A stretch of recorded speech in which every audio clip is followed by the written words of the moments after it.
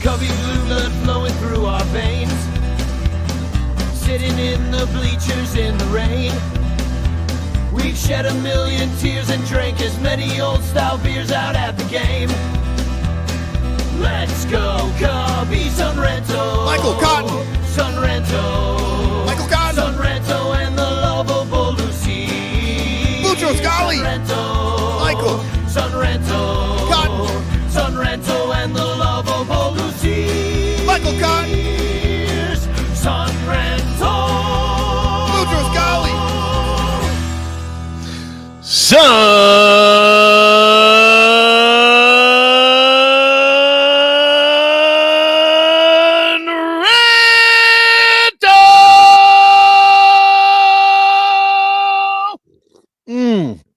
The sweet sound of Son Ranto in the morning. That's what you're getting today. Happy Sunday, everybody. It's instead of church, you're Son Rantoing, which is our church. It's Cubs Church. I'm Danny Rocket. We got Michael Cotton, and you just heard the lovely strains of the lovable Luciers. How's it going this morning, fellas? Why is everything so loud? I don't know. Wait, is it loud to you? Who yelled that? I believe that was you. My head hurts. I could hear every bit of your hangover in your sound too there. Oh, could you smell the sweet essence of yesterday's Malort? I could smell whatever's growing on your teeth. That's for sure. Yeah. It's furry in there. And Michael Cotton, a big fan of furries. He's having some technical difficulties in the upper right-hand corner there. How you doing? Yeah, sorry about that. I grabbed a different set of headphones today, and it was making all sorts of weird things. So the song sounded as if it was echoing, like it was in a music hall that nobody was there at. Oh no, that's the remix. Oh, okay. That's the thing the kids are all listening to. They're like, you know, it would be really awesome if I took this this incredibly popular Beyonce song and made it sound like it was in an empty music hall. The kids freaking love it. They love it. They love it. Well, welcome to the and there's Danny comparing himself to Beyonce once again. Well, hey, I have played the same venue as Beyonce. It's known as the Chicago Stadium or wherever they call where the Blackhawks play now. What does it call it? Allstate? The United Center? United Center. Yeah, that's it. Yeah. The only time I look at Danny and I think this is very similar to Beyonce is how big his ass is. I was going to say the same thing. Earlier, he went to go get something behind him, and he bent over, and I was like, holy shit, he blacked out the sun. Say no to crack, everybody. Yeah, wow. So this show is brought to you by our 105 incredible Patreon supporters. Thank you for joining us at patreon.com/bleacherbunch, where you support all the great shows on the Son Ranto Show, including Cup of Cubby Blue, Baseball Rabbit Hole, Cubs PS Plus, and Bricks Behind the Ivy. Cubs Pod, of course, the daily show that you're missing out on because you're not a Patreon supporter, unless you are, in which case you listen every single day and enjoy all of our incredible recaps, but you only get if you're a Patreon supporter. Also, our sponsors. That would be Matt Kammerer's Permanent Paintings, where Matt, we love the Matt. And also in the Clutch Shirts. And Billy DeVore should be by in about a half hour. He says once he gets the sleep out of his eyes and returns to some sense of normalcy in his life, he will be by to talk about these couple of first games with the Reds that we've played. Rubber game today in just an hour or two, and 2 hours, right? 2 hours, 3 hours from now. Early game. Game. Is it 11 o'clock? No, I think they start at 1 o'clock their time and then noon our time. For us. Yeah, so that's 3 hours. And knowing Danny and Michael's sympathy for my hangover, they're going to carry us right on to the start of the game. Right on to the, yeah. There's going to be 3 hours of Welcome to this 3-hour pregame spectacular here on the Son Ranto Show. We'll be taking you for the next 6 hours. If I gotta do that, then Don Strand's going to run a race. Yeah. While we're doing the show. Brandon B in the chat says 12:05. 12:05 Central. Says 12:40. Typical ranters have no freaking idea what's going on ever. They both sound really convincing, though. They both believe Yumper themselves. Says chance. Which I guess you're just taking a chance, whether it's 12:40 or 12:05. It's 12:40. I'm looking it up now. We have the official time here from MLB, and of course, at this point, it'll probably rain, and the game won't start till 5 o'clock. But So anyway, welcome to everybody, and I want to also shout out Rogue Wave Creative and Blake Beard. They're our super ranters, and anyway, thank you guys for supporting us. But Thanks, guys. Danny, I was recently thinking, and we should put this out there to any rancher out there who has any clue. Look, if anybody knows how to get a hold of Old Style, they really need to buy Danny's Old Style song. That I've song written them. It really is. It really is. You know what? You played it. I wasn't on the last show. Things happened in Maine. I was picking up fences and whatnot. But you ended the show before with it, and I was thinking, Danny, I love that. That's one of your fucking. That's one of my favorite songs you've done ever. I mean, Asparagus Pea. There's nothing like it, but that is way the fuck up there. Like it's pure music. Like I fucking love it. It's so good. You know how that song got written? It's like Bleacher Jeff comes in and he's just like, and he goes like, I got this idea. It's like, old style, old style, old style. I'm like, that's your fucking idea for a song? He's like, yeah, right. Well, I'm going to write a song about old style. So I write the whole thing and I take his like little thing. He's like, I want to write a song about old style. I take this thing, I make an entire song. And then Bleacher Jeff's like, I wrote a song called Old Style. I was like, you fucking bastard. All you did was come in and give me a suggestion. You don't get half credit on this song. What do you think Paul did to John all the time, dude? That's how it works, buddy. Yep. Exactly. What do you think Keith Richards was doing in the 70s when he was taking half the credit for the Rolling Stones songs? He was just like fucking shooting smack in his arm. He's like, Mick's like, oh, that's a good idea. And then they fucking go. I wrote it. I wrote Brown Sugar. A song called Sympathy for the Devil. Yeah. Yeah. I wrote the entire thing. I hired the children's choir. So and there's your daily comparison to the Bleacher Bum Band, to not only the Beatles but also the Rolling Stones. Everybody, I love it. Can you just imagine like Keith Richards though calling like the Mormon Tabernacle Children's Choir and just being like, hey, this is Keith Richards. I got a gig for people. Exactly. Bring me your children. We need all the children to come to my house. I'd be afraid he was going to eat them. Yeah, it's like that Blues Brothers bit where the women, the children, how much for the women and the children? Exactly. So we thought we'd start today because it is the last Son Ranto show of May, that we'd start with some Rakes, Flakes, throws and blows, just to kind of talk about who on the Cubs is doing well recently. This is all recent stuff, right, Michael? This is like for the month or for the week or. No, so we're like 1/3 of the way, almost not quite 1/3 of the way through the season. So this is for the season. This is 52 games.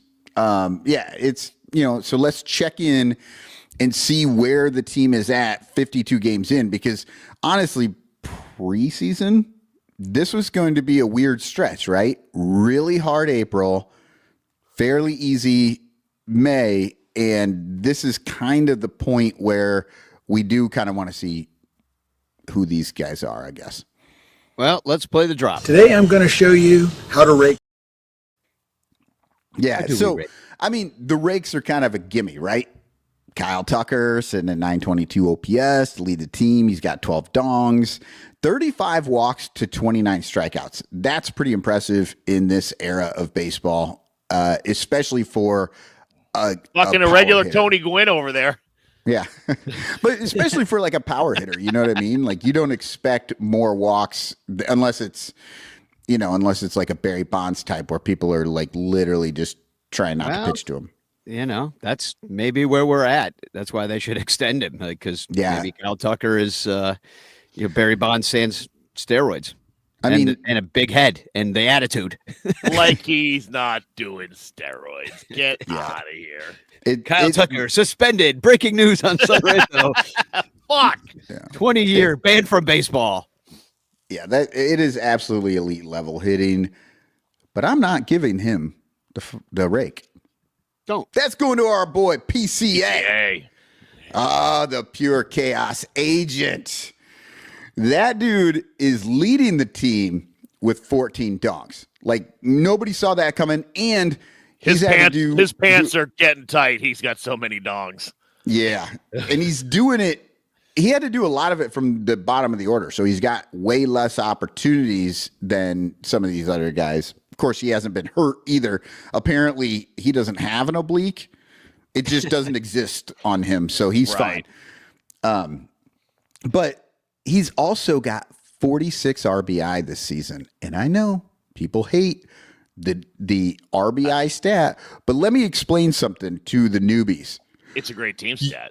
You have to score to win, and to do that, you have to have a guy who can drive those people in, right? And PCA makes shit happen whenever he's up there. So his OPS, like, remember when the game was on the line and Chris Bryant would be up to bat and there'd be 2 men on in the ninth and he'd just strike out or pop out to center field? Yeah. See, well, he would just take a walk.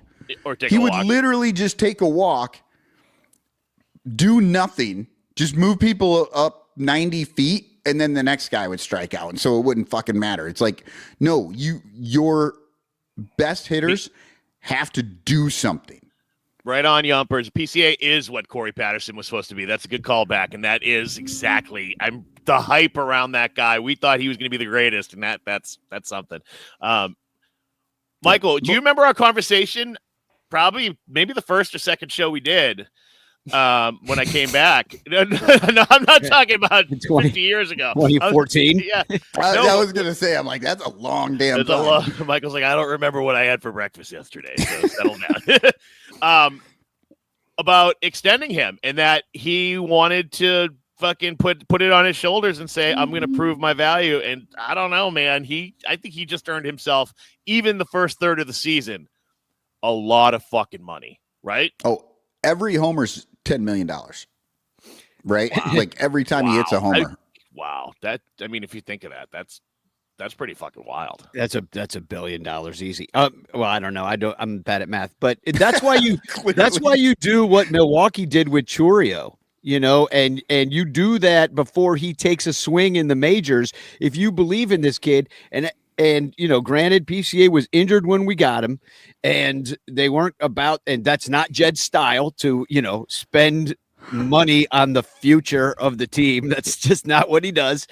Well, maybe on like the future of this season and maybe a little sprinkled in for next year, just like taking on some salary dumps from other teams. But yeah, you're right. Big swing. This would have been a big swing if you locked him up for a long term. And I don't know if he would have taken it because, PCA, he came, it's not like he came up slow, but he kind of did. I mean, the first few,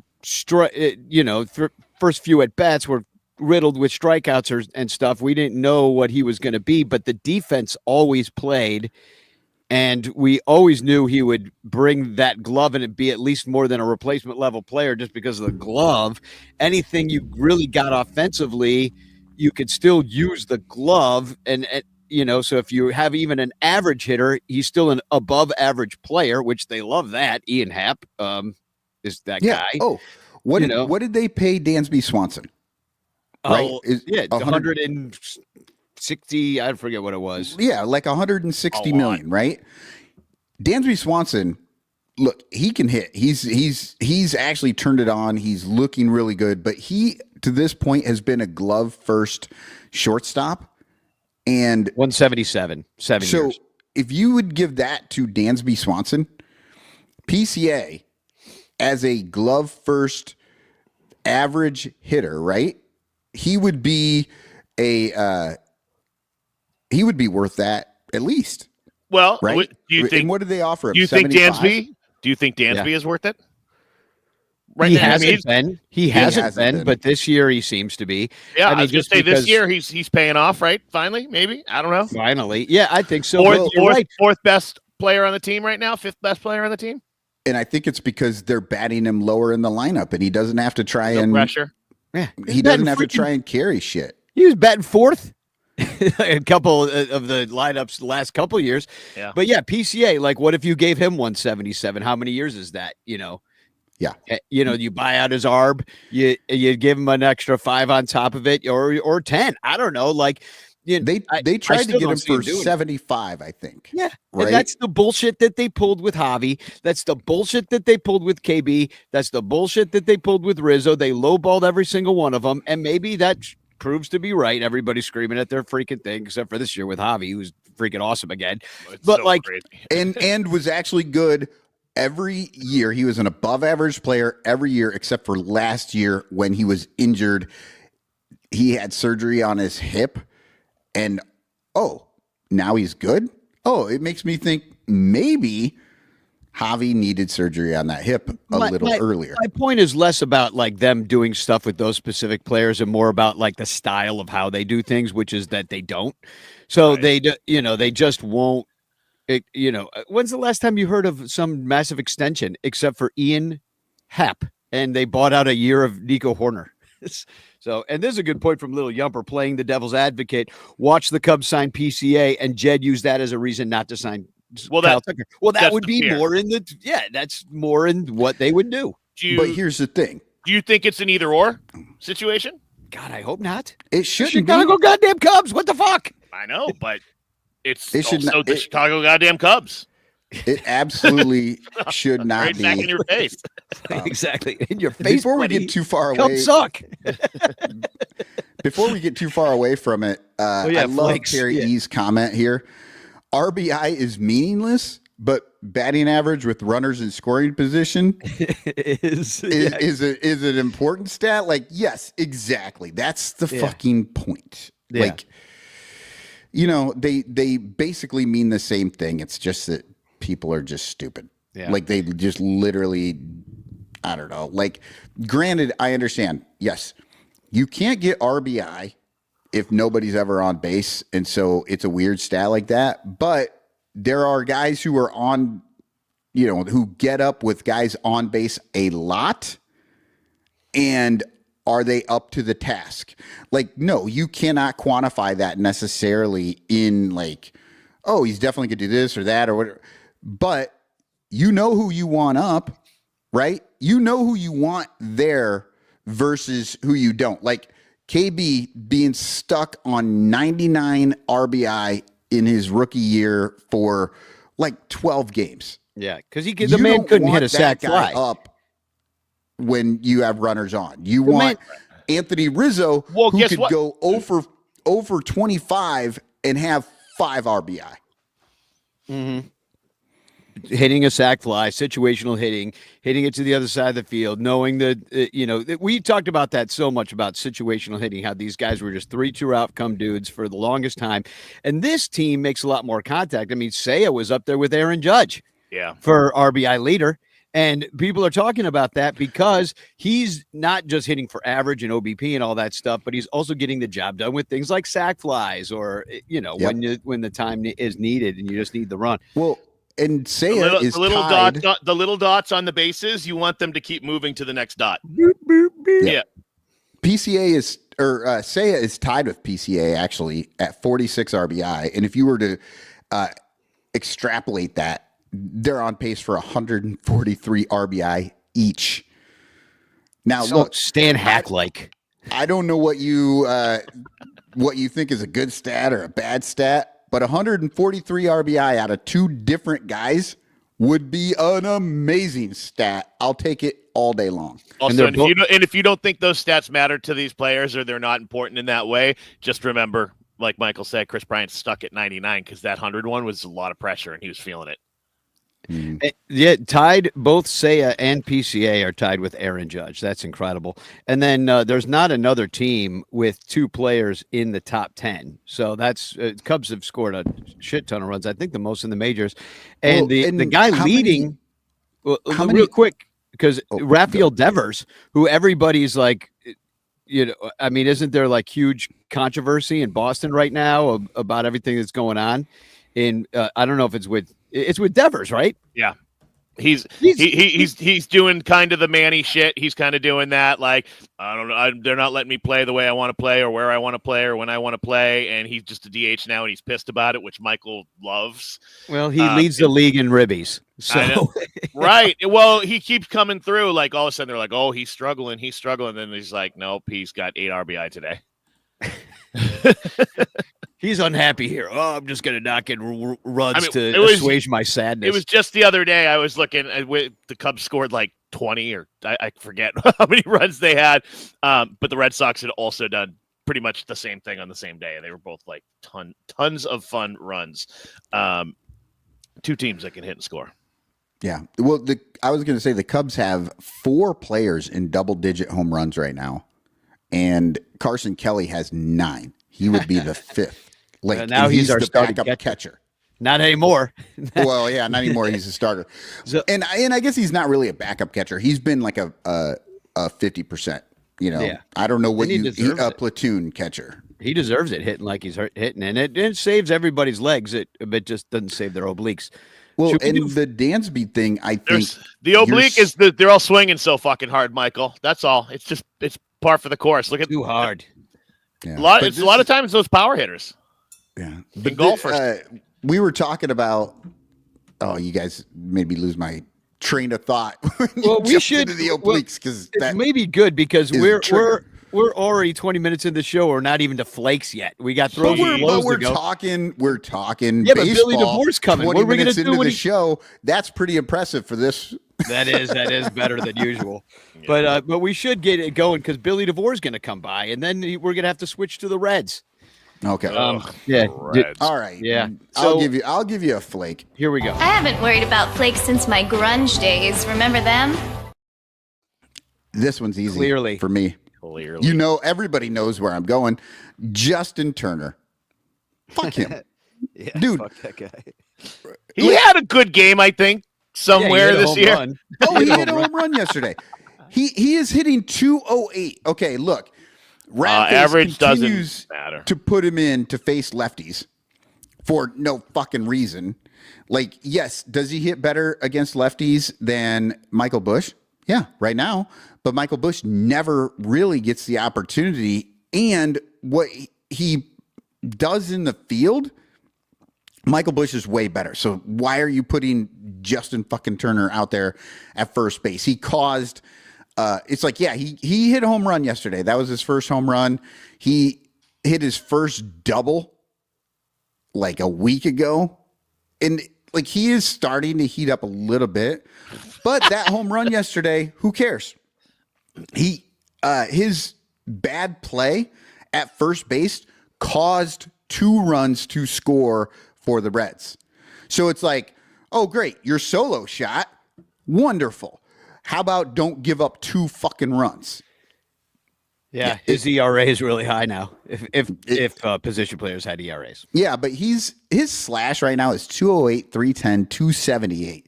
That's a 588 OPS. And like I said, that's exaggerated because he's actually had some success recently.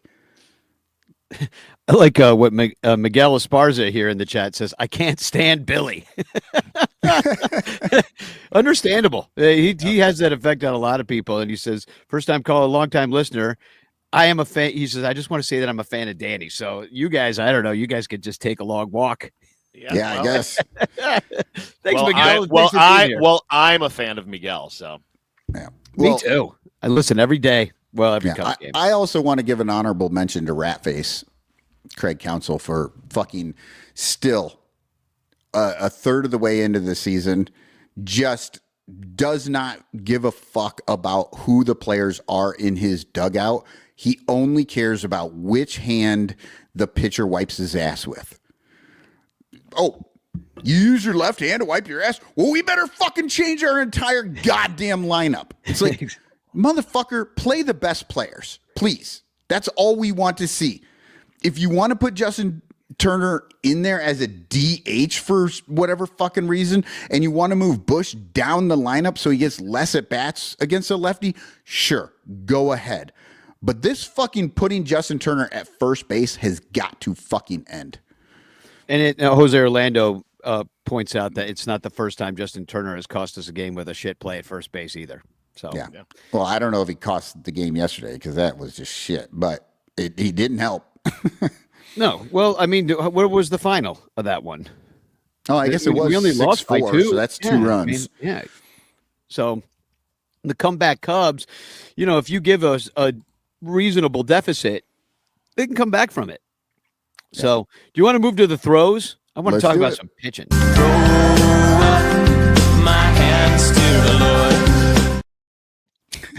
That video is so creepy because I'm going to play it again, and I want everybody to look at the kid that's on the right of your screen because she is not into it. Throw up my hands to the Lord. She's like, she's like, frightened. She's communing with the devil, and she knows if she puts her hands up, fucked up shit's about to happen to the rest of her family. She's like, I still like my family, but I don't want them to know what's about to happen.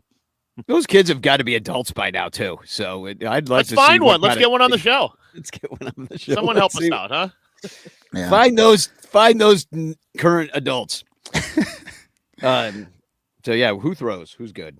Okay, well, we like. What's funny is when you look at the stats, they always have the qualified stats, right? So it's only the players that have enough to quote unquote qualify to be on there.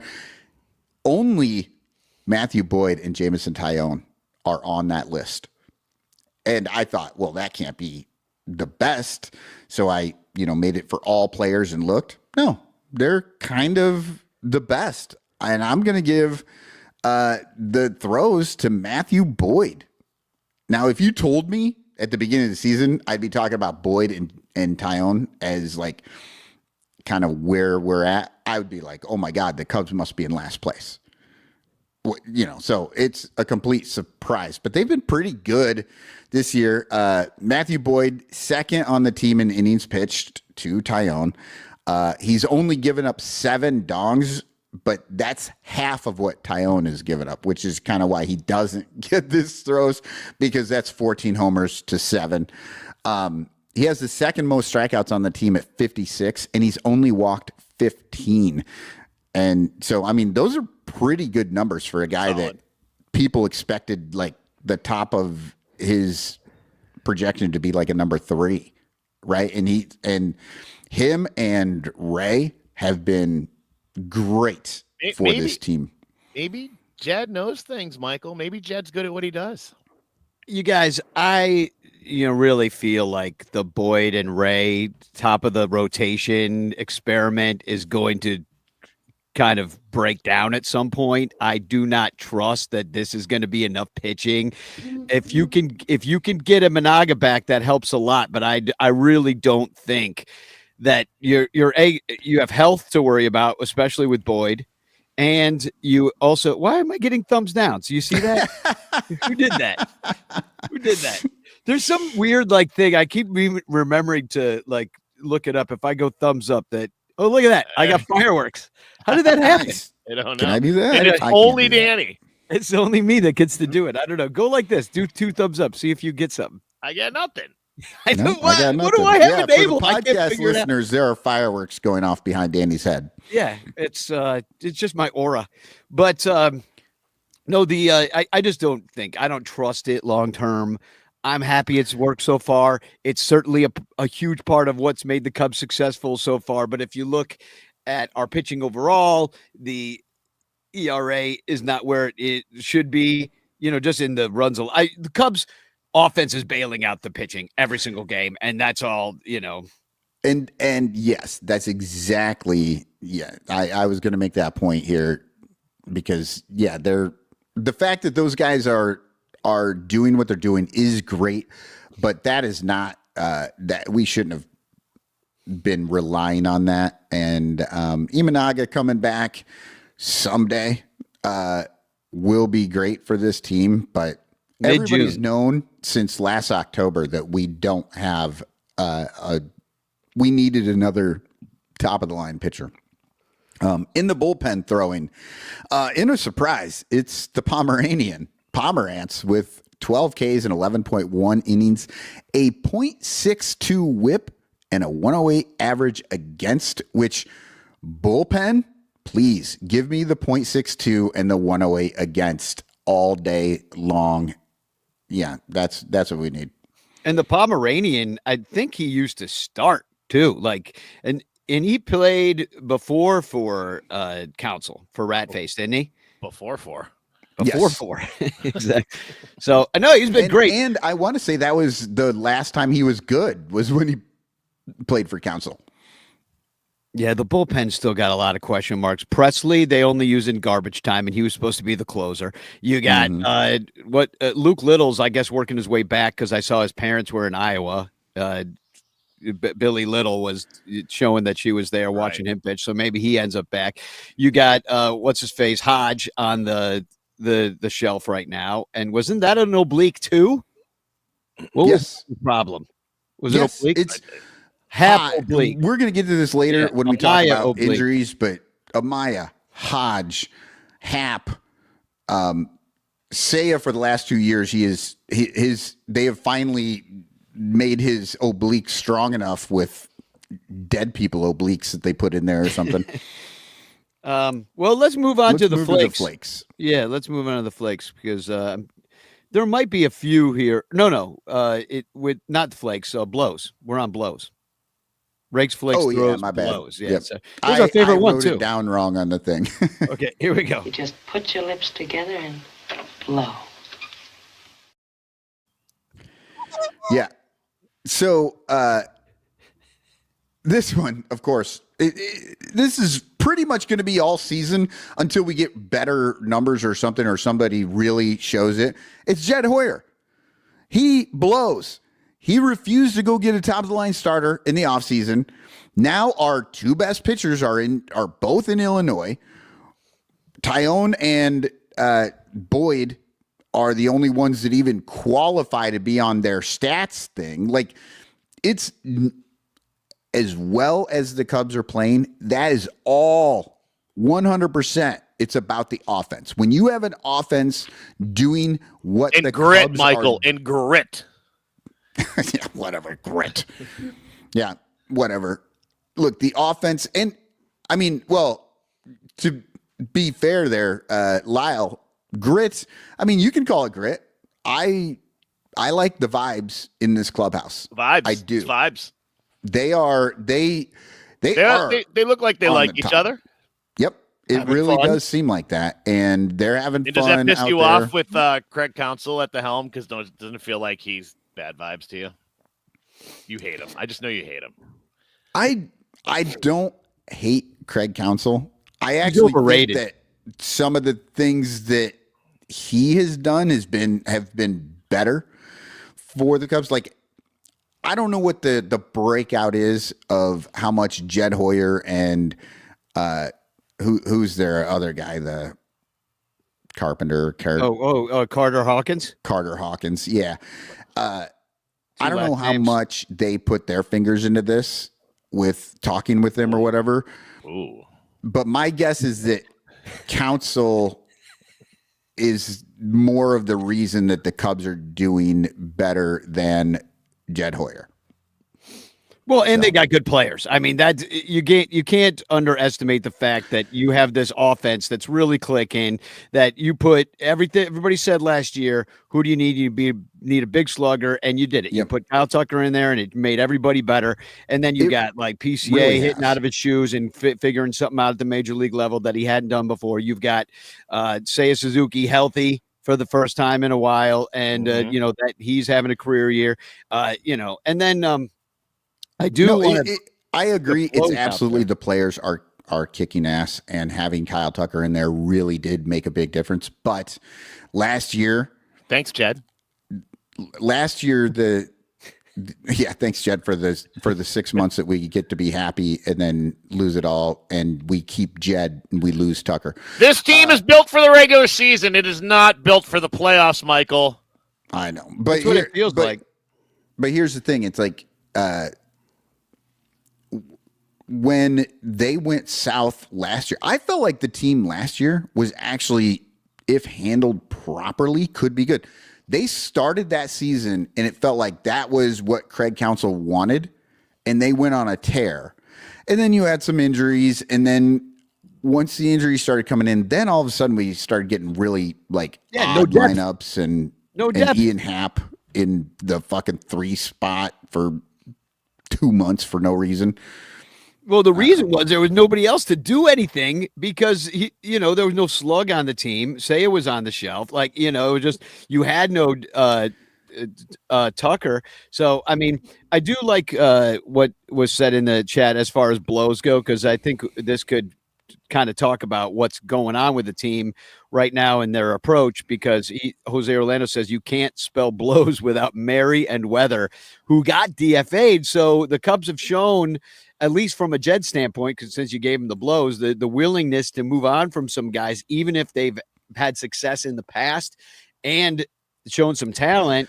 And they're like, now he could pass through waivers, end up on the AAA roster or something like that. But for the time being, he's either going to get traded or be on another team or something else. And we'll see, because Brooks Kriske is up, which I'm not particularly excited about. But, you know, they're willing to move on from guys who aren't getting the job done. And that is a little different than what we've seen the last couple of years, where they just throw fucking Eric Hosmer out there to see what happens. Well, and you want to know what the difference is, Danny? The end of Jed Hoyer's contract. Jed Hoyer only has this year. And while I love this team and I'm having a great time watching them, they're a lot of fun. Well, actually, they're somewhat fun. I don't know about fun. They're good baseball players for sure. It is fun to watch, but if Michael doesn't like fun though, so that's really hard for him to even say the word. Yeah. Like, no, but if they get through this season and they win the division, I'm going to be just as happy as everybody else until the offseason when Jed Hoyer gets an extension for making the playoffs. We go back to whatever we've been seeing for the last 5 years. Like Jed Hoyer is, I believe Jed Hoyer is an issue. I have for a long time. No, you gave him the blows, so you couldn't resist doing something, even though he doesn't play games. I am gonna kick Jed Hoyer all season long. He should have been gone after last year. They should have but the Ricketts won't. You know, they don't want to like pay him for doing nothing. They're already paying David Ross for that. Can I give you another reason to hate Jed Hoyer? Brooks Kriske, because this guy is not good. I mean, look at these numbers at the major league level. I mean, there's barely any chance. I mean, he's had barely a chance. He's got 21.2 total innings over the course of four different teams, Yankees, then Baltimore Royals, and now the Cubs. He'll be up, and you know he's pitching today. So, but he's got an overall WHIP of 1.8. That sucks. A FIP of 938. So it's not the fielding that did it. It was him. He's got an ERA plus overall of 41. Okay. Overall, that amounts to 11.22 at the major league level. But let me show you what he did in the minors. It's not that much. Well, it's better, but it's easy to be better than that. But in AAA, he's got an ERA near 4. And I was like, is this guy a lefty? I'm like, this guy. How it looks like Lyle was trying to look underneath it. I have to look up to see the stats. I can't see them without bending over like this. I just don't. I mean, the strikeout numbers is what you're looking at, because overall, he's in AAA. He's got 13.1 strikeouts per 9, but at ERA near 4. So it has not translated at the major league level. He's not getting the strikeouts there. So I mean, 10.4, I guess, strikeouts per 9, which is good. But I mean, he's given up also lots of runs and lots of hits. And so this guy's not the answer, I guess, is what I'm saying. Like, Merriweather's gone, Krisky's here, and it's not going to get any better for anybody. Yeah, it looks like his ERA plus hasn't broken 40. The lifelong negative WAR is pretty much a good, stat that just says. And then the other thing that's happening is Ian Happ. We talk just briefly about injuries because Billy's here. We're going to go to commercial. We're going to bring Billy on, but the injuries are piling up now. Happ still doesn't look right. Everybody's saying it, and also Amaya's now on the shelf, like we said, with the oblique. And if you're wondering what an oblique is, I'm putting up a picture. It's basically your side, like anything below your pectoral muscles and down to your waist. It's that thing that I'm going to guess 95% of the men listening to this show right now actually don't even have or have never seen anything right there. It's covered in old style. I was going to say, the lower section of that, I think I'm safe because lower section of my oblique is way bigger. Right. I've got love obliques is what I have. Is what they call them. Why do you think they call me lovable? See, Yeah, but this exactly. this is Your another obliques. this is another part of the whole like upper management of this club we have been seeing for years now. I don't think I had ever heard of an oblique prior to this last like 5 years. And now I hear about it way too often. But the Cubs medical staff, I don't know what they're doing. You know what I'm saying? Like Ian Happ, when he hurt his oblique the very first swing of the game where he got hurt in New York, I think. And they let him play the whole game. Maybe he didn't tell them, right? And then that's on him. But it's also on them in the attention. offseason to get themselves ready for the season and to be in good physical shape and know that, real live game action, you're playing at a higher level and you need to be prepared to do the things that you need to do. And I don't know that they're that different from other teams though. That's all I'm going to say, Michael. Like you're laser focused on what the Cubs are doing. But I think if you look league wide and major league level sports wide, and NFL, do other teams bring back injured players seemingly way too early, or don't put players who are injured on the IL? Like they just let them take up a spot on the bench for 10 days. I think that's they're the being hopeful. issue. I think they're being hopeful. Yeah. I mean, it's not so much like you're right. The players, they get injured. There's not much the medical staff can do about whether or not they're getting injured. It's the decisions made once they are injured, because right now Ian Happ does not look like he should be playing. He should be getting better. And we had Seiya Suzuki over there in left playing a good left field, and he's fine. Like he's like one of the better batters. Like he's good. Like why not give Ian Happ a little more of a break and get him right before he comes back? Well, why didn't he go to AAA and do some rehab starts? And that's the question I have. Is like that is a normal thing to do, and they didn't do it. Miguel Esparza said in the chat, and I did want to point this out too, is that Brooks Kriske did get into the game yesterday, and he did do quite well. So he came in yesterday, did way better than anything Merriweather could do. I hope it lasts. Yeah. No, I mean, if this guy can come in and be that, like what Drew Pomerantz is, that nobody's expecting it, and then it happens, you can catch lightning in a bottle. That my issue is that they never. This is all AAA shuttle stuff. This is all just God. Right. I really hope this works out. Like there's no they're not spending money on this stuff. This is not a priority for them, and the bullpen ERA shows it. It's bottom of the league. You're giving up runs. You're gonna try to go out there.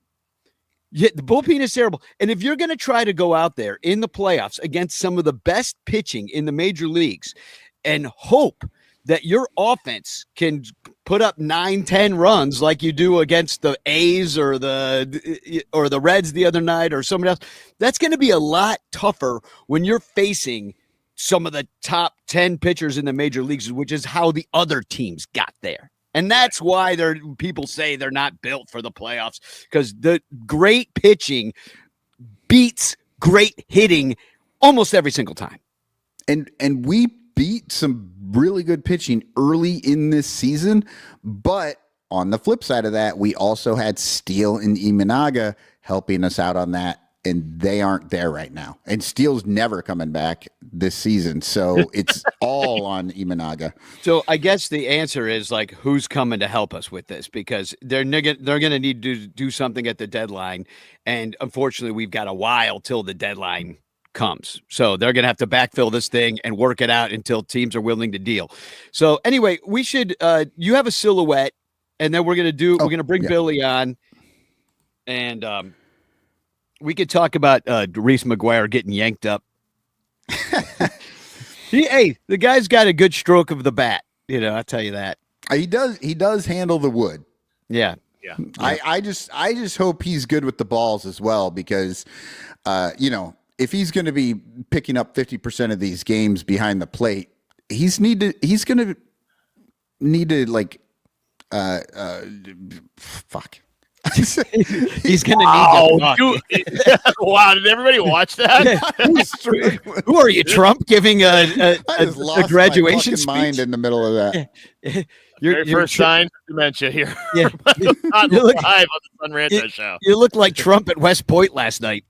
Oh, I know. God. Oh, I'm just. The guy's got a trophy wife. Did you see that? It's just like. I just lost it. My bad. That's okay. Let's do a silhouette. Let me go to a silhouette. This is something that I actually know I can do. Oh, here we go. This is a nice Tops. Or wait, is that Donruss? I don't know. It might be Donruss. You can't hardly see that. Tops Russ.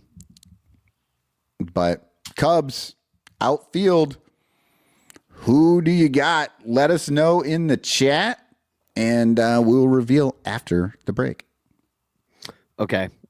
We will reveal right after the break. So also hashtag chance in the chat. I keep forgetting to mention that, but we'll be right back. Support us at patreon.com/sunranto. The Bleacher Bunch brings you great shows like Sun Ranto, Cubs PS Plus, Bricks Behind the Ivy, Cuppa Cubby Blue, and Baseball Rabbit Hole.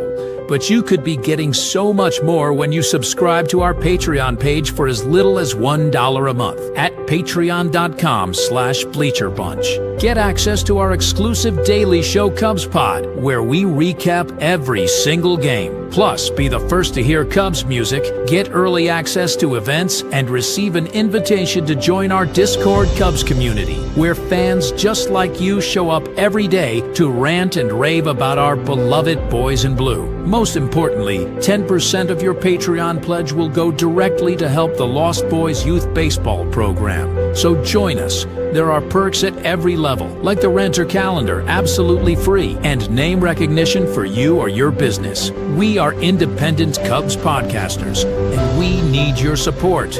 Otherwise, we'll quit. Seriously, we'll all quit. Some of us might even die from your lack of support. In fact, the cutest little puppy you've ever seen will die if you don't support the Bleacher Bunch at patreon.com/bleacherbunch. We promise to spend all the Patreon money on tickets and beer and all the dog crap we have to buy just to keep our podcast rolling.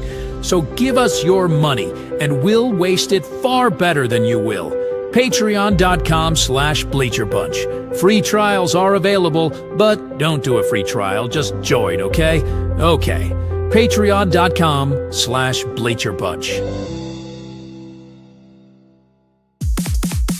In the clutch, in the clutch. Buy t-shirts from In the Clutch. Take it from the Bleacher Bunch. You'll love the shirts from In the Clutch. In the Clutch shirts are comfortable, stylish, and guaranteed to get you laid. Plus, they're proud sponsors of the Bleacher Bunch. Use promo code Bleacher Bunch for 10% off your purchase. Nice to feel and soft to touch. That's why you will get laid so much. Wearing a shirt from In the Clutch. And you can thank the Bleacher Bunch. In the Clutch, In the Clutch. Buy t-shirts from In the Clutch. Remember the code Bleacher Bunch. Save 10% at In the Clutch. In the Clutch. In the Clutch. In the Clutch shirts actually not really guaranteed to get you laid. Who's that coming? All right. So we had a couple of guesses. Dwight Smith from Jose Orlando. Lil Yumper went with Rosie Brown. But man, Corey Furlong immediately hit it with the GAH, which I can only assume means Glenn Allen Hill. Yeah, there he is. He could kind of be, we were talking about the fattest baseball players. He's not fat, but, he wasn't thin either. He's a big man. He's thick. You might even be able to call him HGH. Exactly. Glenn Allen Hill. Hashtag chance in the chat. Everybody's doing it. We got Robert Sanchez here. Andy Wells, who was at the game yesterday. Actually, he watched. I'm going to blame Andy for the loss because he was there. Joey W's here saying hashtag chance in the chat. And and also I do want to introduce our next guest, who is Billy DeVore. And that's with our Miguel Esparza's introduction of him in our own chat, which you can be a part of if you chat with us. But that's Miguel Esparza saying, can't stand Billy. So here he is, Billy DeVore. Boo. Yeah, that's the best intro I've ever gotten. Well, am I beating out Wheelo now? Like, what is going on here? Yeah, that was a surprise. That's the first time I've actually heard any of the ranters say they don't like you, Billy. Well, it's the one thing I don't want in life is to be unliked. I mean, come on. It's so hard. It's like there's nothing worse, right? You're just like, I want everybody to like me. Yeah. Well, what did I do wrong? Put on the wrong jersey today? Like, what happened? Oh, sorry, guys. My bad. Well, the problem is last year the Reds handled the Cubs handily, and it was pretty frustrating. I mean, maybe we make the third wild card spot if we can flip the Reds, the Reds record. But this year we're off to a kind of a normal start. It's 1-1, but we'll see what happens from here. If the Reds take today, you got Nick Lodolo on the mound. Cubs have had some trouble with him in the past. I think they've hit him in the past. He's not the greatest pitcher in the world, but he's not the worst. But the Reds offense tends to nickel and dime the Cubs to death. And it's frustrating because we don't have strikeout stuff, and you tend to put wood on the ball. So and we got Ben Brown out there who does have strikeout stuff, but we don't know which Ben Brown we're going to get. Like, there's just too many question marks. The Reds can take advantage, and we could end up losing to the Reds again. That's my point, and that's why people hate you, Billy. That's my overall point. That's fine. I take it back. I think all of Cubs Nation hates you, Billy, and we're sorry about that. It's okay. You can hate me today. That's fine. Just this weekend. Just this weekend, and then like me with your day off tomorrow. That's fine. The same with Nick Lodolo. The problem with Nick Lodolo is his fastball command has been off this year. So if his fastball command is on, oh boy, it's going to be a long day for you. If he wakes up and feels dominant, that's going to happen. But if he doesn't have it today, oh boy, I think we're both going to get to our tired bullpens pretty quick. Yeah, I mean, that's what happened in that first game. Hunter Green was just dealing. Like, they were struggling against Hunter Green. Luckily for the Cubs, that was his first start off of coming back from Illinois. And I think they were on a little bit of a pitch count with him, maybe. Yeah, 75 pitches. Yeah, so I found out after the game, Tito was like, he was on a pitch count, which I was like, oh, I guess we're not going to go for the dub on this one. Yeah. Yumper wants to know your take on Terry Francona going full Lou Piniella, going apeshit on the loss on Friday. He didn't throw a base. He didn't try and fight a reliever in the clubhouse. That's not full Lou. David Bell was closer to full Lou than Tito. Tito's a pretty chill guy. Tito's one of my all-time favorite coaches. Dude, he's the man. It's kind of crazy over here. Is like our fans are starting to question him, and I'm like, "What are you talking about? You're on the couch. He's a Hall of Fame manager. He's a good coach. I like him. He's not always. He doesn't always do what you think maybe he should do, but it tends to work for him. So we always had faith in him. So maybe I understand, because I think even when he was winning championships in Boston, people are like, I don't know. I think we'd still be better if Terry didn't fuck that thing up, that day in July last year. And you're like, all right. Okay. Most of those people have chowder for brains. So they do, especially in Boston. Yeah. Terry Francona has absolutely proven himself. I mean, with Boston, Cleveland, I mean, he's absolutely, and I think that he is that sort of, that mix of, yes, he's absolutely looking at the analytics and using all of that information, but he's also paying attention to what's happening in front of him too. And Terry Francona has always really felt like he gets the intersection of the vibes and the stats. Yeah, the big thing with him that is over the prior regime is what I keep hearing from the writers here is that he's really brought everybody together. They're a cohesive unit. They just get each other, and that brought them together. And you did not have that with David Bell. He was kind of, he was a player's manager. Let them do what they want. Where Tito's like, get in line. This is a tight ship. I mean, so much so that the team bought shirts for me that say tight ship, and they all wear them together. Yep. Nice. Which is pretty cool. So, do you think it's made a difference, though? I mean, it's a 500 team. He's brought on to make these young players and pretty strong, talented pitching staff that you've drafted and developed.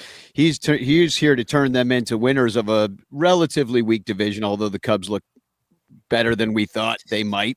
Yeah. Yeah.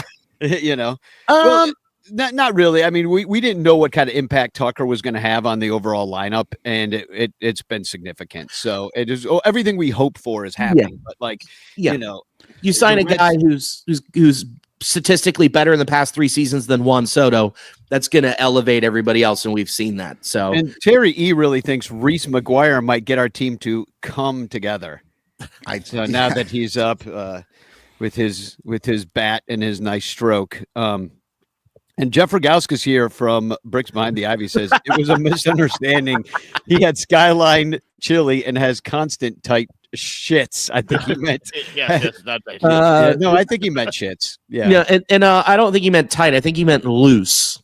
Yeah, exactly. If anyone's ever had Skyline chili, they know they would not be tight. I mean, I had Cincinnati chili yesterday. It was delicious and amazing. Wait. Don't you have Cincinnati chili every day?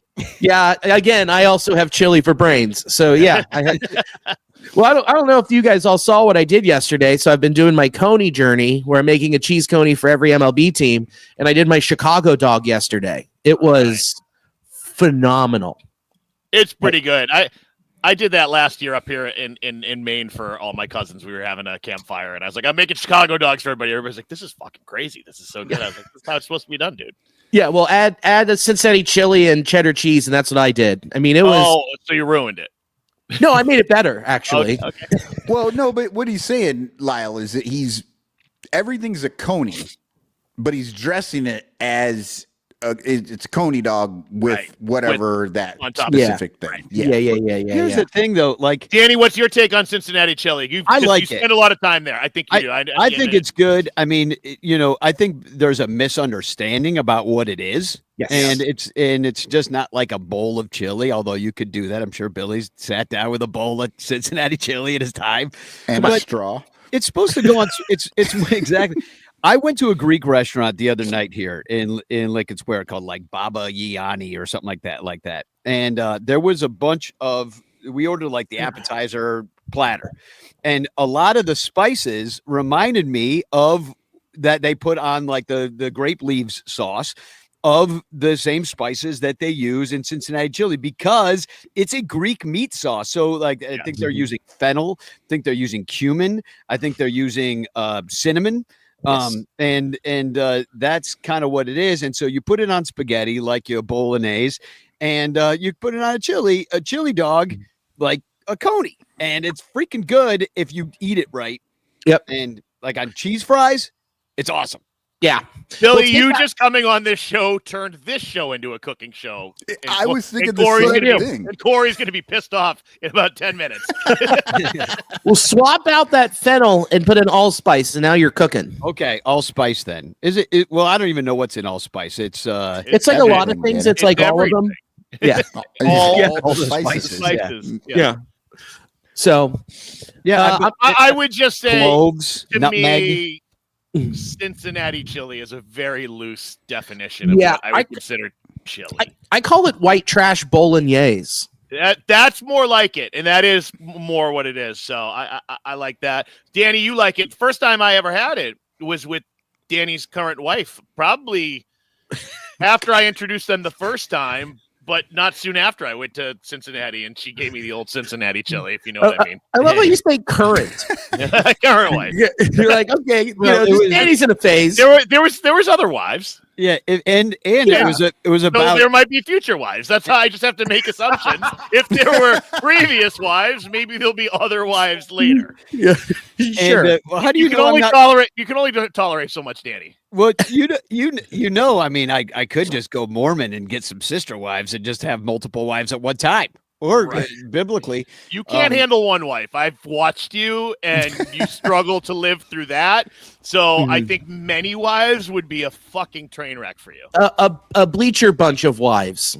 Yes. Yeah. Nobody needs this. But this was about 12 girlfriends and one wife ago for you, Lyle, when you dated also somebody from Cincinnati, right? You guys are pretty. I mean, here's just a funny. I like story. it. That's what I was gonna say. It's like good, it. But here's something that exemplifies it. Every time Nicole comes back from Cincinnati, there's always a receipt for Skyline Chili in like the place where the change collects, and in the glove, not the glove box, but by the where the cup holder is. Yeah, the cup holder. There's always a seat for Cincinnati Chili. But here's the most telling thing about it. There's also a grease stain on that receipt. I was just gonna say the receipt is from a Skyline in Indiana. It is from the first Skyline you can get to. It's not even in the Ohio border. It's on the Indiana side of the border. It's not. She's not even to Ohio yet. And she's stopping at Skyline. Well, she's probably getting it both ways, on the way there and on the way back. It's the first. You know what I mean? Yeah. Cincinnati Chili does make you get it both ways. That's for sure. Yeah. That's true. Not a good sit for a long time activity. Here's the thing, Billy. There is a diet. I think there's a Cincinnati Chili diet, and it's a cleanse. It's a cleanse. Yeah. Some people do juice cleanses. Billy does Cincinnati Chili cleanses like twice seasonally, right? Oh, of course, yes. Yeah. As soon as the flowers begin to bloom, I need to lose 15 pounds with my chili cleanse. Right. Yeah. Chili cleanse and coffee enemas. The Billy DeVore story.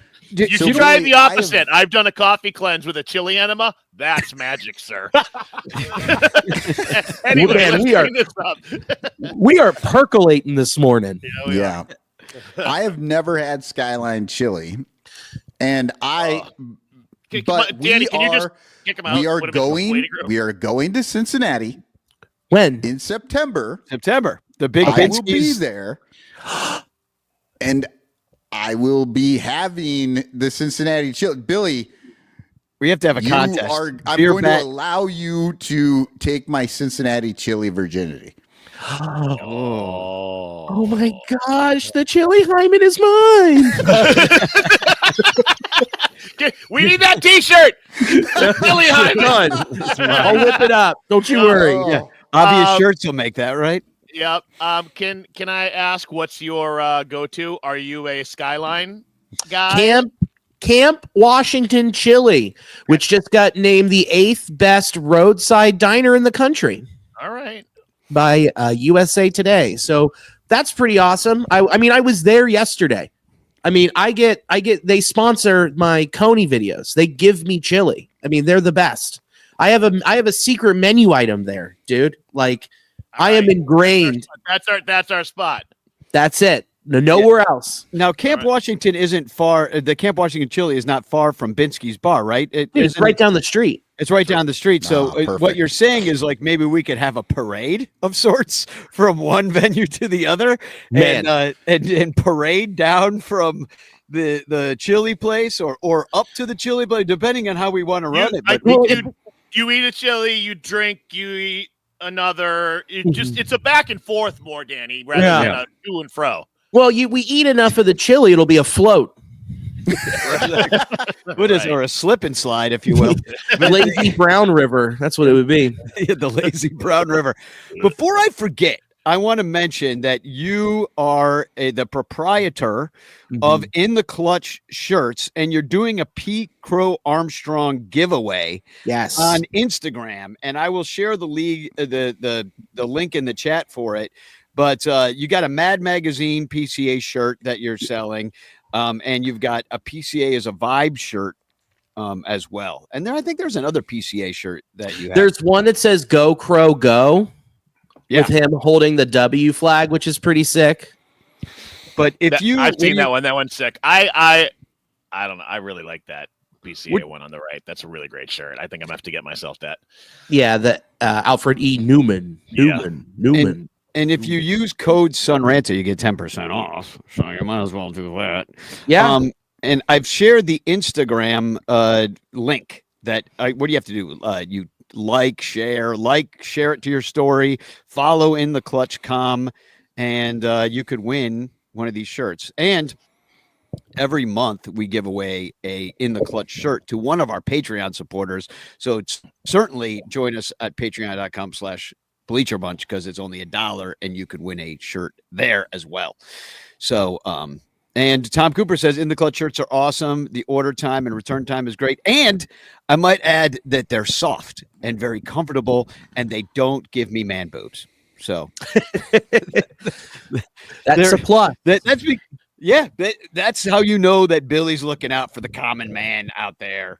That's right. Sure that we don't need B cups. Soft like your intestinal fortitude. Yeah, soft like your intestinal fortitude after a chili crawl, if you will. You know, Terry E said a chili crawl, and I was thinking less of a crawl and more of a like ass cheeks tightened as much as you can, trying to walk fast in a very stiff manner to the closest bathroom. Let me give everybody a pro tip here. If there is a Comfort Colors shirt option available, it's a couple more bucks, but Comfort Colors is all that I wear now. They're a little thicker. They're a really nice soft cotton, and they hold up really well. They're super durable, and like they just fit in all the right spots. Like if you thought you didn't have man boobs with our normal shirt, well, wait till you try Comfort Colors. Wait till you see your titties and knees. You won't. You won't see them sweaty tits anymore, baby.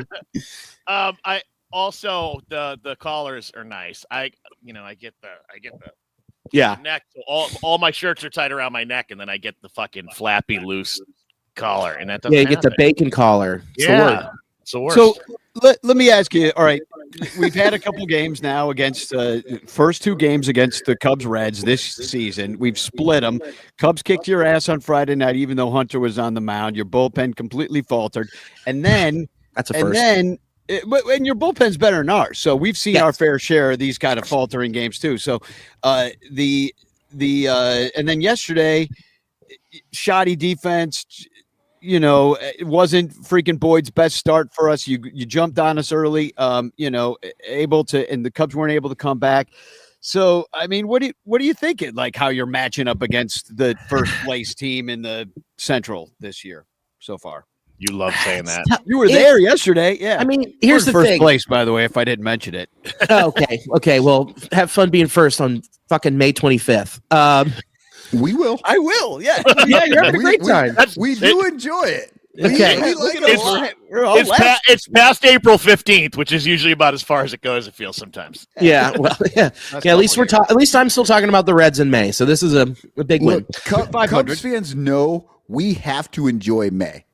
Because traditionally, June has been a rough month for us.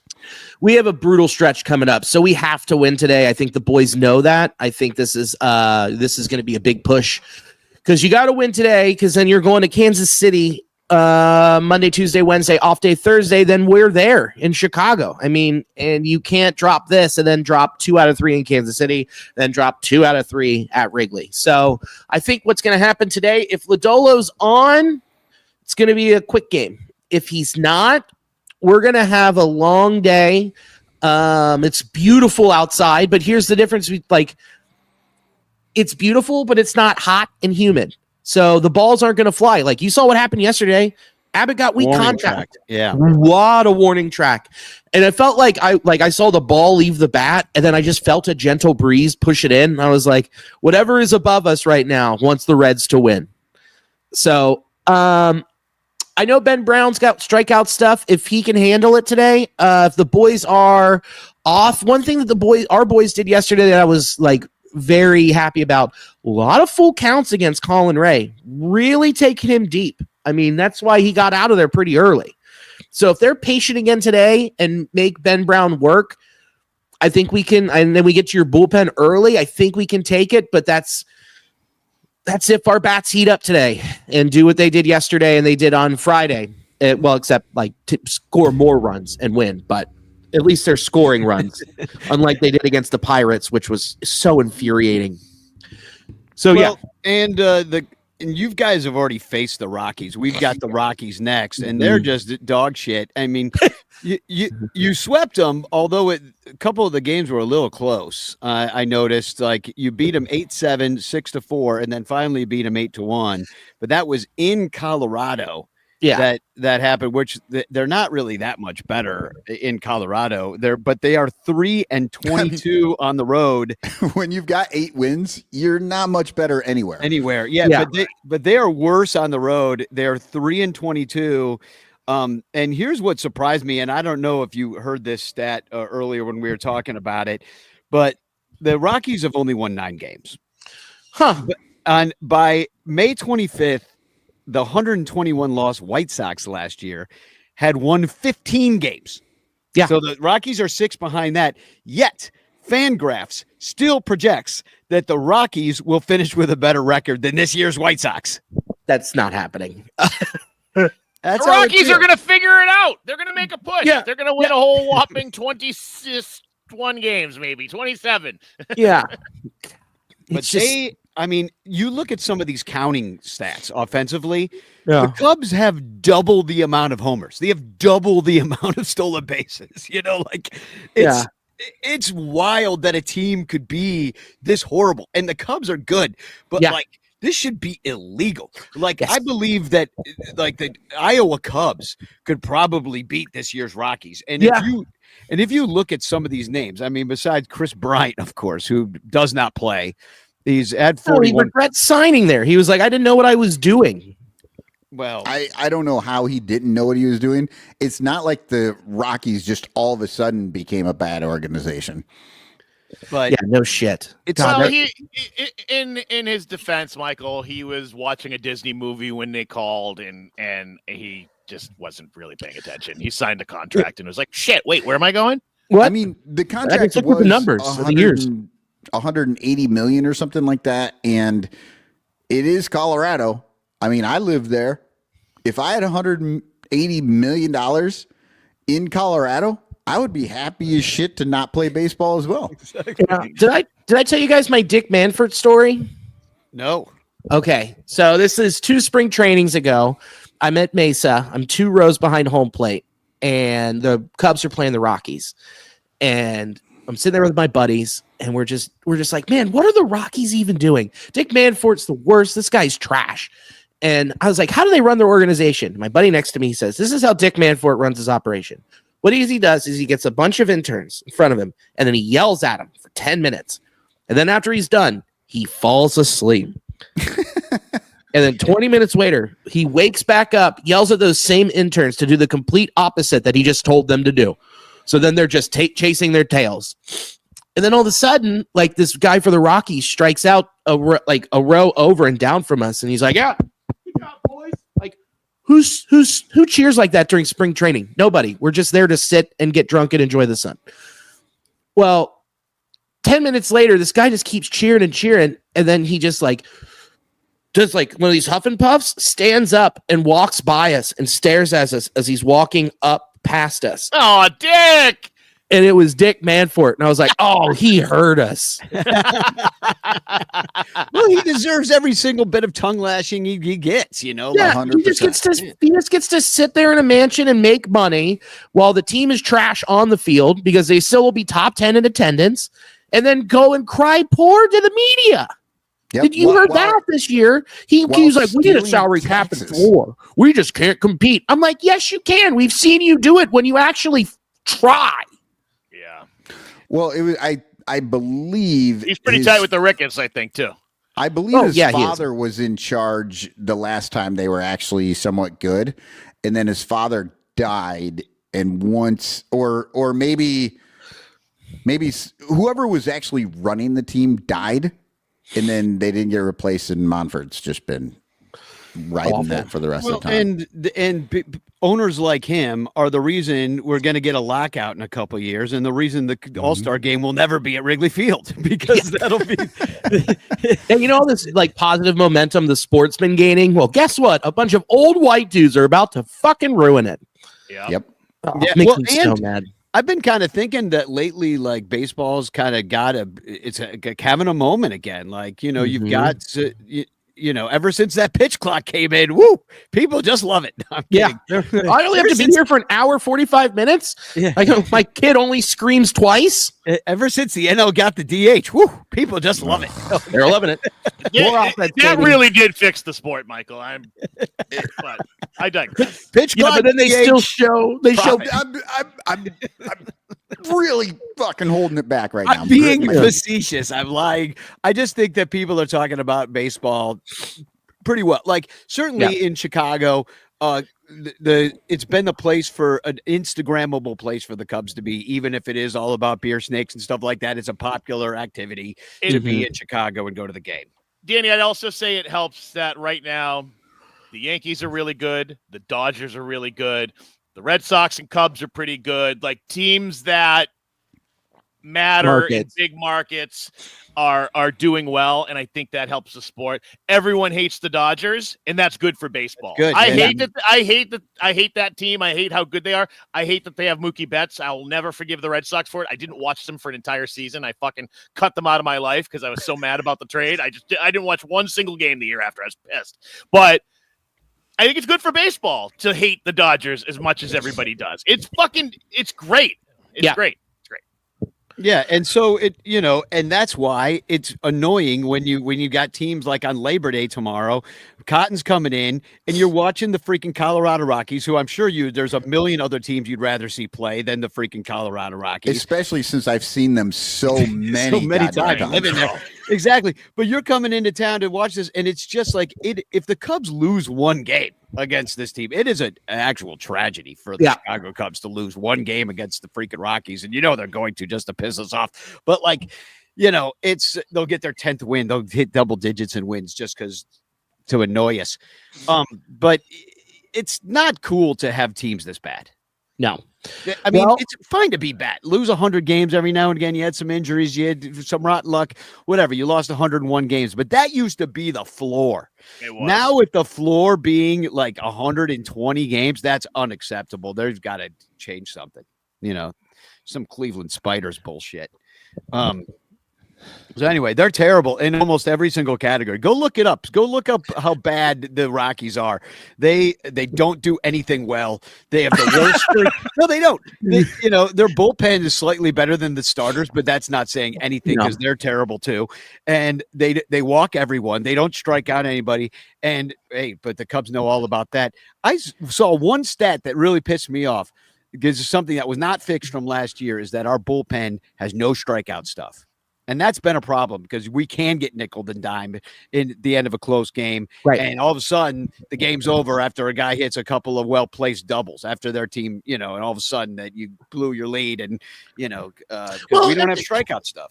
The building a bullpen is the hardest thing to do as a general manager. Like you look at it, like take a look. Okay, we all hate the Dodgers, but take a look. Like they spent more money than God to try and fix their bullpen, right? Right. Tanner Scott, Blake Triton, trading for Kopech. Those guys are all hurt. Well, Tanner Scott's not hurt. Kopech's hurt. Triton's hurt. Kirby Yates has not worked out. He's not been the same pitcher he was the past 2 years this year. Like they threw money at this and they thought they were going to fix it. Guess what? It didn't happen. You are just gambling and hoping for the best to build any type of bullpen. They're actually getting crushed by their bullpen. Like what you were saying about the Cubs earlier, Michael, is like it's the same thing happening to the Dodgers. Like they have to just slug their way through every game because there's no fucking chance that their bullpen's not giving up at least two. And all their starters are hurt. I mean, Glasnow's out, Snell's out, Kershaw, Sasaki's out. Did he ever come back? Who did Kershaw ever come back? Yeah, he's back. Oh, he's back. Okay. Yeah, but he was hurt to start the year, so they didn't have him. Dodgers bullpen as a 395 earned run average. Cubs have a 414, so it's quite similar. They're what's the 16th Reds? and 18th in the majors, 382. So you've been slightly better. The top bullpen in the majors has been the Giants, and then the Astros, then the Mets. Yeah. They're the only three with ERAs under 3. Yeah. So, man, and then the bottom of the league, it's the Angels, the Nats, like kind of who you'd think, but. Can we all just agree that we hate when the Giants do this? It's like an every other year thing where they're good. They're like Star Trek movies. It's like they come out of nowhere, and it's just annoying. We're like, really? You figured something out with Hayden Birdsong? Where'd you find this guy?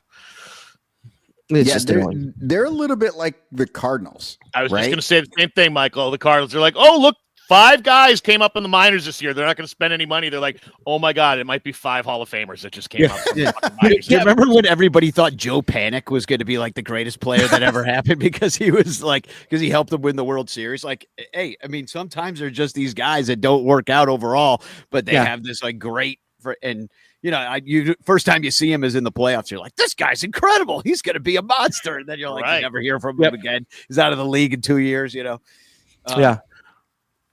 Anyway, that's I mean, listen, the Reds, they've got a decent team. We got them today. I mean, the Cubs really have to figure out how to beat the Reds if they want to take the division, first of all, because these division games count for a lot more than they used to, being that there's fewer of them. Yeah. The thing also too, you're seeing us without Marte. I mean, he was hotter than piss, and then he strained his oblique. So you guys too, huh? Yeah. I mean, it's been oblique strains and shoulder impingements. Do these guys not stretch anymore? What's going on? Just sitting there chugging beer bats full of chili. Yeah, marching up and down the. I'll tell you what, this is just all one soft oblique. Yeah, that's what I'm thinking. I think we've figured it out in that we protect our obliques. Yeah. We have a nice little cushion. Yeah, if only the Cubs were fatter. It's science. It's fucking science. If if the Cubs were just all Matt Stairs, we're in a great spot. Well, there's another all fat team. Something we never heard about an oblique, and now all of a sudden, like every ball player looks good. Like seriously, 10 years ago, as early as 10 years ago, like these guys, there's a lot of heavy guys in the league. We don't see that anymore at all, and now we're seeing oblique injuries. Yeah. Yeah, I think the Ballesteros guys are going to save the league. Fat guys rule. Yeah, we do. Yep. It's a shame. I look out there and I see these guys running on and off, and I'm like, I could never wear one of their actual jerseys. This is a shame. Yeah. Let's get back to 1999. No game used for you. No. No. So give me a prediction for today's game, Billy. And Reds are going to win 10-7. It's going to be balls are flying today, and I'm going to be 2 rows behind home plate. So watch for me on the TV. Oh, nice. Well, Reese McGuire will be there, so balls may be a flying. Balls may be a flying. Exactly. I think PCA is going to have another big day today. I think that's my call for you guys. I think he's gonna thrive. Oh, well, that Cincinnati meth is the good meth, so he's just loaded up. Hey, we've switched. Okay, we're more into the brown tar these days. Oh, okay. It does go back and forth. It is good. Funny. Yeah. We prefer our hard drugs to match our chili. Good. Maybe music will get cool again. Yeah. Okay. Here's every time heroin comes back, all of a sudden there's some guitar rock. Yeah, dude. I'll give you great. Okay, there's a band that's from Cincinnati that was just mentioned on Anthony Fantano's show, Touchdown Jesus. If you're into prog rock, check these boys out. All right, I'm in. Okay. 20-minute guitar solos. Let's go. Yeah, let's bring it back, baby. I'm in. Mixed meter drum solos. I want it.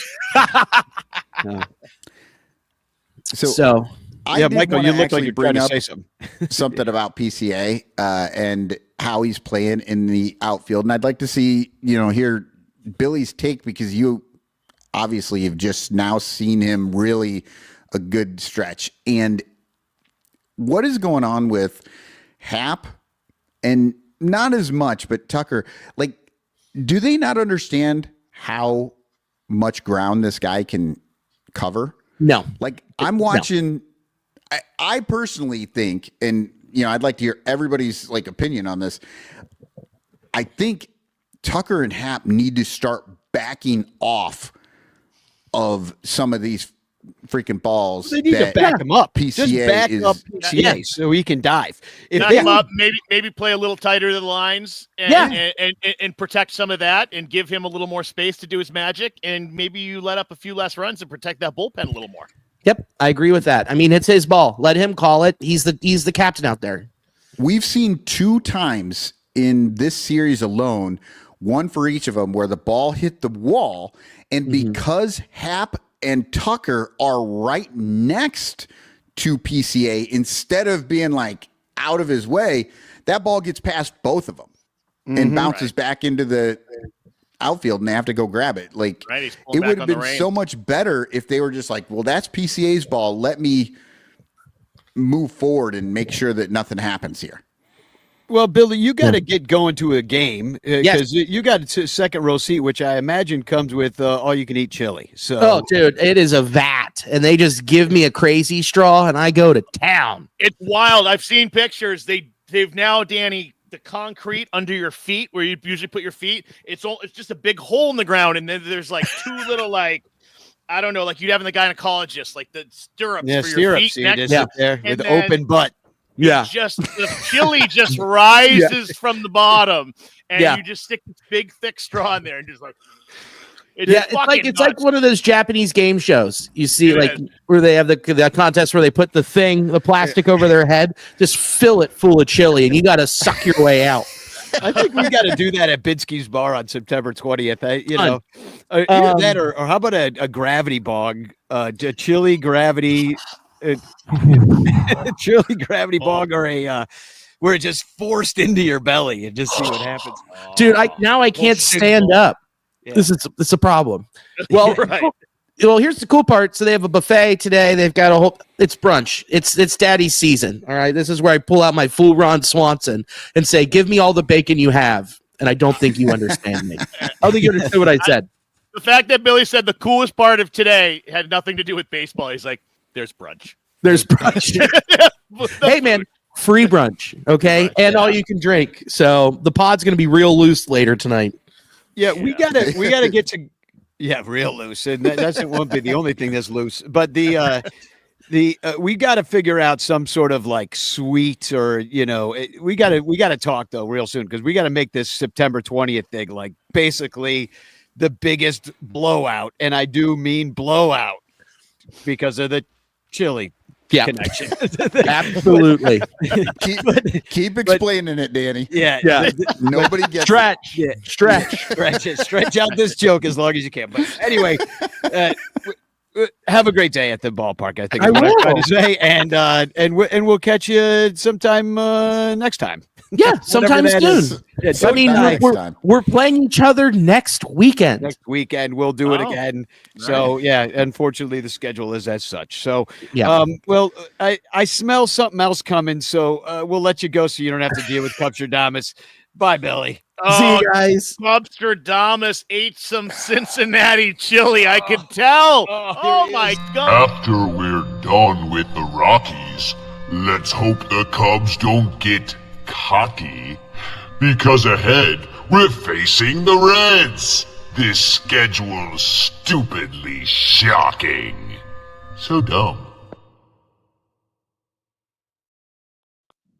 That actually looked like he was thinking of the words while he was saying them. That was impressive.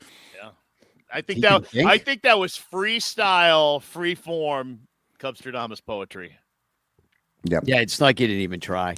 A little Yumper asked if is he dying of asthma. We're just not sure. We're really never sure what's going on with Cubstradamus. Well, he doesn't. He just sends these in, or just comes on and does it, and he's in and out. And the way he smells, absolutely could be dying. We don't know, or just smells like death. Has dead things on him. Likely. So we do have some Cubsler winners. You don't have a new Cubsler this week, but you have some winners that you wanted to announce from the old Cubsler, right? I mean, and is there still a chance to get in on it, or no? Not. Oh no, no. You were going to give the answer. Yeah, we're gonna give the answer here. So Jeff Bjorn, Lil Yumper, and Dominic Galoro were the only 3 that I saw. If you have something and you're like, oh, you missed me, let me know. Prove it, and I'll put you into the list. But those are the only 3 that got this. And I thought maybe after reading it a couple times, it would be a little easier than it was. But let's go through this.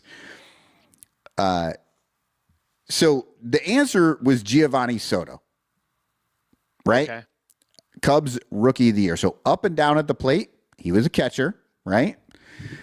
Roy, ROY, is rookie of the year. He hit 23 bombs, and he was an all-star in 08, which, could have confused some people because he had actually played the 2 seasons prior a little bit and was a rookie in 08.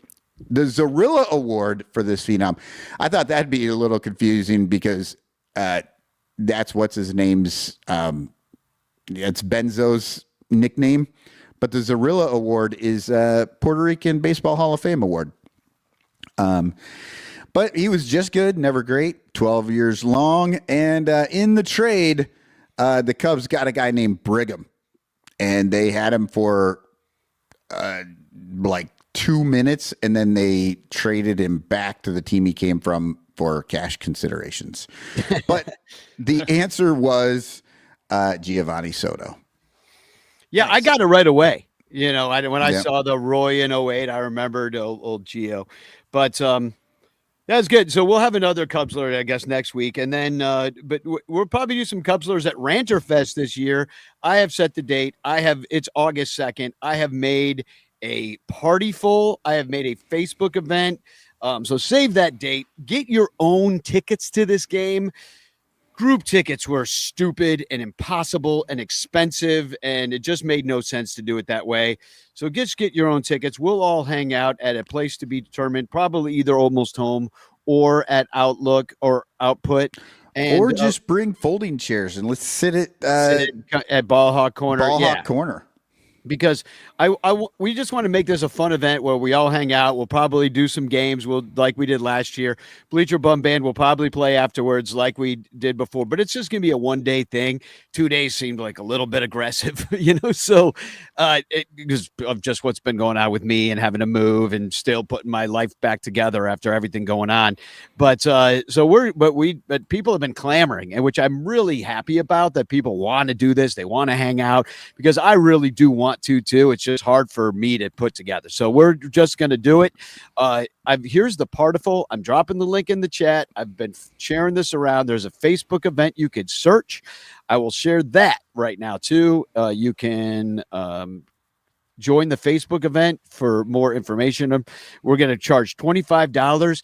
Every single bit of money we make is going to go to Lost Boys. They'll be the guest of honors again, like they were last year.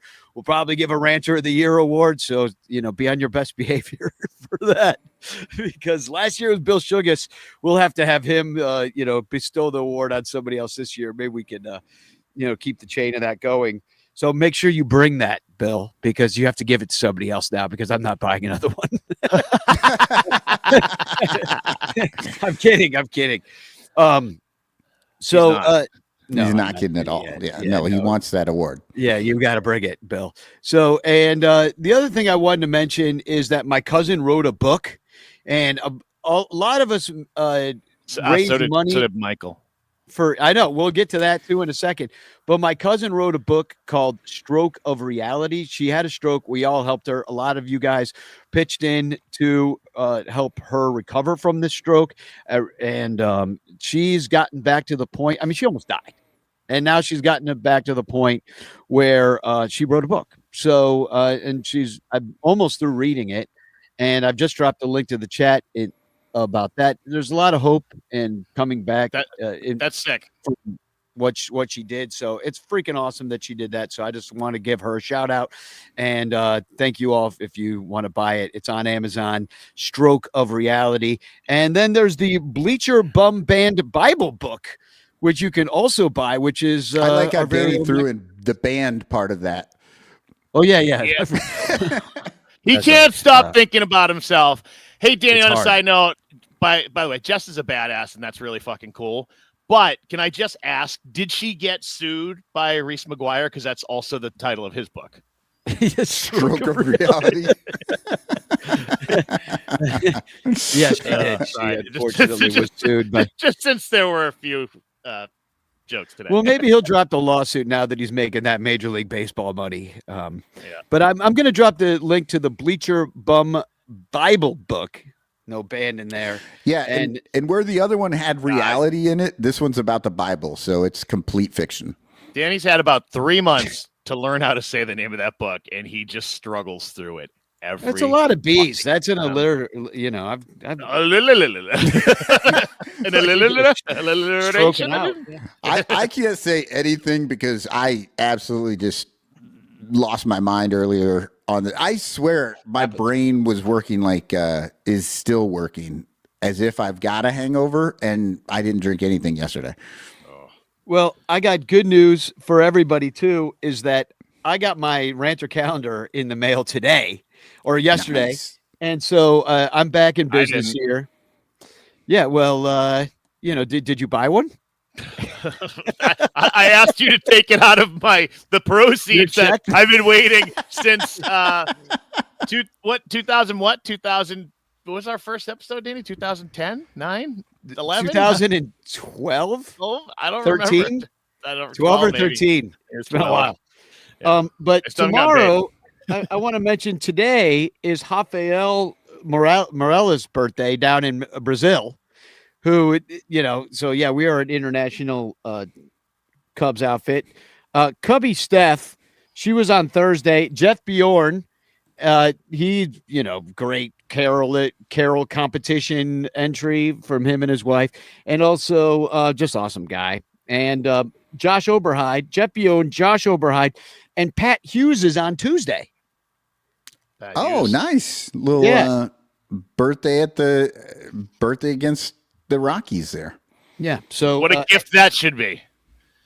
Well, we'll see. Watching the Rockies and having to talk about them. We'll see. I mean, it makes me nervous. They're all trap games, every single one of them. So every game the Rockies play against any team is a trap game. A trap game, exactly. So hashtag chance in the chat. But do we have any TFCs?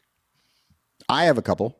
I do, but nobody's taught me how to use the app yet, so I'm just going to sit here. Why don't you text it to me? Lyle is literally that he just can't figure it out. I mean, text the fact Danny asked me to text it to him, which I had done every week for about 6 weeks, and they were never in there, so I just stopped. You can go back through the chat and our personal chat, and you'll see years of me sending it to you, and you're like, "Oh yeah, I forgot about that." Anyway, it's okay. It's okay. I love you still. I'm gonna burn your new fucking house down. If you text me your TFCs, I will put them up for you because you are technologically. Everybody heard that, right? Because that's what I've been doing, and it hasn't worked yet. Well, I don't know what. I don't see any text from you. Not recently, because I quit doing it because they were never there. Anyway, moving on. All right. Well, you got two. I only have one. So. Okay. Well, both of mine are dealing with Alex Cohen. I think. Look, I like Alex. He's way better than Shambi. Is he the greatest announcer that there is? Probably not, but he's working it through. And over on Reddit, somebody was upset because he keeps saying an unconventional 1, 2, 3, and that bugged him for some reason. But here were a couple of wonderful responses. And because he said email him, and somebody responded, email him and let him know, and he'll probably change. He'll mention it. And so people were talking about emailing Alex Cohen. Yeah. And this guy says, well, it looks like a Cub fan just sent me a dick pic. This dick pic brought to you by your Chicagoland area and Northwest Indiana Dick's Sporting Goods, proud sponsor of the Chicago Cubs. I will say this about Alex. Like, coming out of the gate, he is, because he's already familiar with the organization and is already a Cubs fan, like, you know, a lot of the learning curve that goes into a new announcer that went into it with Boog is not there. Because Boog like had no clue what it meant to be a Cubs fan or anything like that. And Alex is like already with the people. Alex hangs out on Ballhawk Corner, for example. Like Alex hangs out with us, like, and Miguel Esparza hangs out with us. And like, you know, these guys are part of the fabric of what it is to be a Cub fandom. I can't say that for other guys who are close to the team that they really want to hang out. Coomer hangs out. Like he likes a little private tent action, but you know, Coomer's, you know, he's got like Reese McGuire or not. Yeah. Yeah. He's got private pitch a tent action, but, from Dick's Sporting Goods.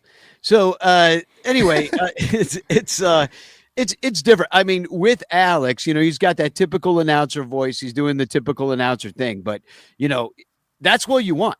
When I noticed a game one time when it was like Ryan Sweeney and Cole Wright calling the game in spring training, I was like, oh, this isn't going to be very good. Neither of these guys do this. They don't know how to call a game. But then they just talked about what was happening in the game, and it was great. Right. It was like really enjoyable. That's all you have to do. It's the most simple thing in the world. Like, I'm not saying that like the actually doing it is simple, but the concept, the theory behind it, that is simple. Just talk about the freaking game. And that reminds me, guess who's calling the game on Wednesday night? Wednesday night, me and Crawley from Crawley Seats, we're calling the game. We're going live. We haven't decided how to do it because last time we got shut off of YouTube. So we'll probably try to do like a Discord-y, maybe a Twitch, maybe all the streamers and just see what gets through because we got shut down on a bunch of the streams before. So we're going to go out there. We're going to be calling it from Crawley Seats. And anyway, that'll be your broadcast on Wednesday night. So look for that. I'm sure all the people sitting around you are going to really fucking enjoy that. Jesus Christ. Will these guys shut up? Yeah. Rockies on a Wednesday night in the cold. I don't know how packed it's going to be, but or how many people will be annoying, but I'm sure we'll annoy somebody. So where were we in this? Oh yeah. TFC. I got one. This one is Reese McGuire related. Cub Zone tweeted out Reese McGuire is being called up as Miguel Amaya heads to the IL. And Snickle Fritz Picks says parking lot's about to heat up.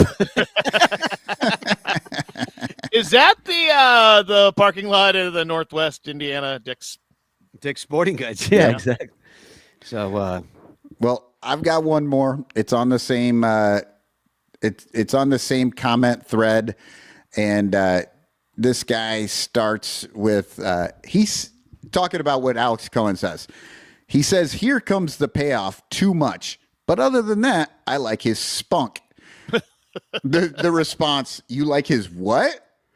And that guy comes back, "His cum." And then a completely different person just says, "This made me laugh way too much." And that is so I love that the guy just comes right back and he's like, "Oh, I meant his cum. That's exactly what I was talking about." And I like what Ghost of I don't even know what the Jerulitis says. Who's that? Jerulitis? Does anybody know who that is? Look that up. He says, "My buddy sits on a stoop and listens to Mets radio, short of actually being in the stadium, sitting out on a summer night, cold beer, listening to a game. Nothing sweeter." And then he said, "Jesus." Earmuffs, kids. Based upon the last thing we just said, earmuffs, kids. Earmuffs, kids. Earmuffs, kids. Yeah, this is Sun Ranto show, not the Bleacher Bunch, which different shows. Right. Kind of the same, but different. A little different. Yeah, we keep it clean. We keep it clean. We have no censor, and because of that, we have actually had to change a lot over the years. We're better people for it now because people had to explain to us certain things we were saying were not kosher. Yeah. And I keep changing, and that's what life's about. It's about being resilient and bouncing back from your failures. And we've had many of them on this show, like personal and professional failures on the Sun Ranto show. And we've just put it all out for you to see, so you don't feel so bad about yourselves. Right. We're trying to make you feel better by being worse people. Life lessons from Son Ranto. When you get to explain to us how we're terrible humans, that just makes you feel better. Yeah, we do it for you. We don't. there is purpose behind our suffering here. our terrible behavior. So, hashtag chance in the chat. Somebody's going to win a Frank Chance postcard. I swear to God, I'm going to get these out. I swear to God, I will. So, hashtag chance in the chat. And much longer walk for Danny these days, and he is way fatter than he's been in a minute. Oh yeah, exactly. Danny. It takes me a long time. Am I gonna get to see the place tomorrow? Well, I don't know. You're going to come to my house? Because I don't live by Wrigley Field anymore. I know. I honestly don't even know where you live right now. Exactly. He lives in the parking lot of a Dick's Sporting Goods. Yeah. Live in the back of Reese McGuire's car. Yeah. So let's talk about it after the show. I would like to see the new place. Yeah, you totally can. But let's draw this sucker and see who's going to win a hashtag chance to get the hell out of here so we can go watch a ball game in an hour. So, I'm drawing. There's a lot of names in here today. Woo. There is, really. Whoa. Who's going to win it? Whoa, what? Dude, this thing won't stop. Yeah, Chris Salado. God, born on the greatest day there ever was to be born. April 27th. That's it. Same as you. Me? Oh, right. Yeah. Well, Congratulations, Chris. Yeah. That's a guy who's never said a crossword. No. In the words of Billy Joel, Terry E says, "Don't go changing." So to try and please me. So I don't know what song to play to end this show. Let's see what I got in it. What are our options? I think Billy Joel's dying. He like canceled his tour because he fell down or something. Yeah, he's got a brain thing. He's got a brain worm. He's been hanging out with RFK Jr. or something. But don't take medical advice from him. You know what? Can we just do the old style song again? Just fucking do it, because we were talking about it at the beginning, and it just makes me happy. And it'd be a good way. My brother made me breakfast 2 hours ago. I'm sure it's going to be delicious when I go eat it. Let's do it. Spagog, y'all. Spagog.